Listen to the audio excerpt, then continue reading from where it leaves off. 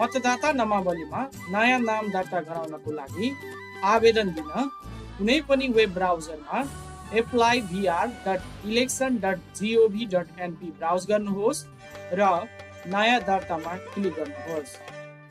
त्यसपछि तपाईको mobile number राख्नुहोस्। मोबाइल नम्बर राखिसकेपछि अब ओटिपी को लागि अनुरोध गर्नुहोस्। मोबाइलमा प्राप्त भएको ओटिपी राख्नुहोस्।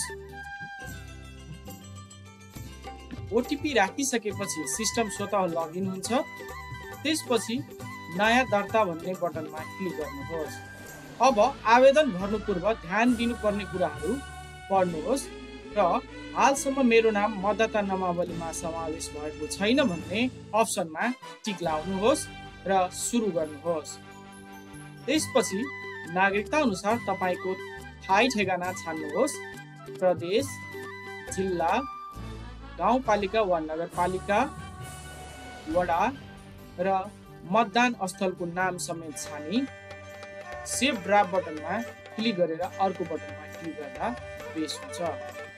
अब तपाईको आफ्नो व्यक्तिगत विवरण भर्नुहोस्।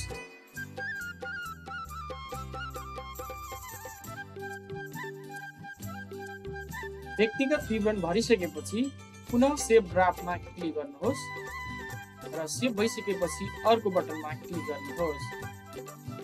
अब तपाईको नागरिकताको विवरण भर्नुहोस्।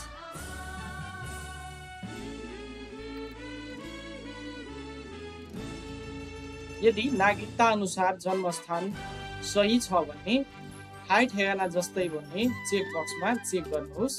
अब हाल ठाई बसोबास गरेको ठेगाना यदि नागरिकता भन्दा फरक छैन भने ठाई ठेगाना जस्तैमा चेक गरेपछि सुरुमा हामीले भरेकै ठेगाना यहाँ अटोफिल हुन्छ वा सो भन्दा फरक ठेगाना भए हामीलाई बसाइसरा वा विवाह दर्ता समेत अपलोड गर्नुपर्ने हुन्छ।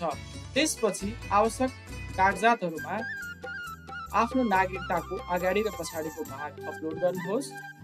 यसरी कागजात अपलोड गरिसकेपछि पुनः सेभ ड्राफ्टमा क्लिक गर्नुहोस् र अर्को बटनमा क्लिक गर्नुहोस्। अब अपाङ्गताको विवरण भर्नुपर्ने हुन्छ। यदि कुनै किसिमको अपाङ्गता रहेको भए होमा क्लिक गरी अपाङ्गताको किसिम छान्न सक्नुहुन्छ र होइन भने होइन भन्नेमा क्लिक गरी पुनः सेभ ड्राफ्टमा क्लिक गरेर ओके गरिसकेपछि अर्को बटनमा क्लिक गर्नुहोस्। अब आफ्नो मातृभाषा छान्नुहोस्। त्यसपछि समूह वर्ग छान्नुहोस्। आफ्नो शैक्षिक योग्यता राख्नुहोस्।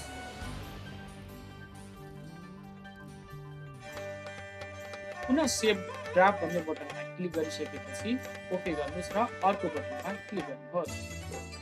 अब फोटो खिचाउन तथा औँठाको छाप दिन कुन कार्यालय जाने हो त्यो छान्नुपर्ने हुन्छ।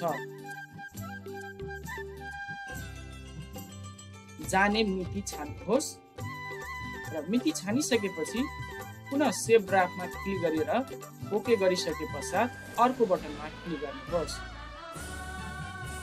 तपाईले भरेको विवरण यकिन गर्नको लागि पुनरावलोकन भन्ने देखाउँछ। यहाँ केही गल्ती भए पुनः हामी अघिल्लोमा गएर सच्याउन सक्छौँ। यदि सबै विवरण सही भए दर्ता गर्नुहोस् भन्ने बटनमा क्लिक गर्नुहोस्। यसरी दर्ता भइसकेपछि तपाईलाई एउटा आवेदन नम्बर प्राप्त हुन्छ।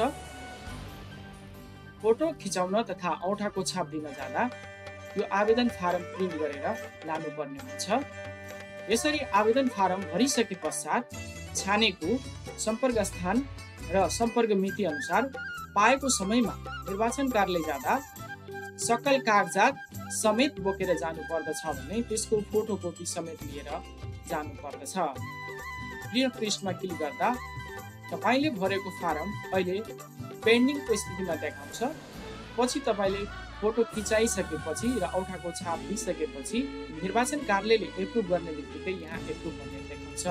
काम सम्पन्न भइसके पश्चात यो पोर्टलबाट बाहिर जानको लागि लग आउट भन्ने बटनमा क्लिक गर्न सक्नुहुन्छ। निर्वाचन आयोग नेपाल।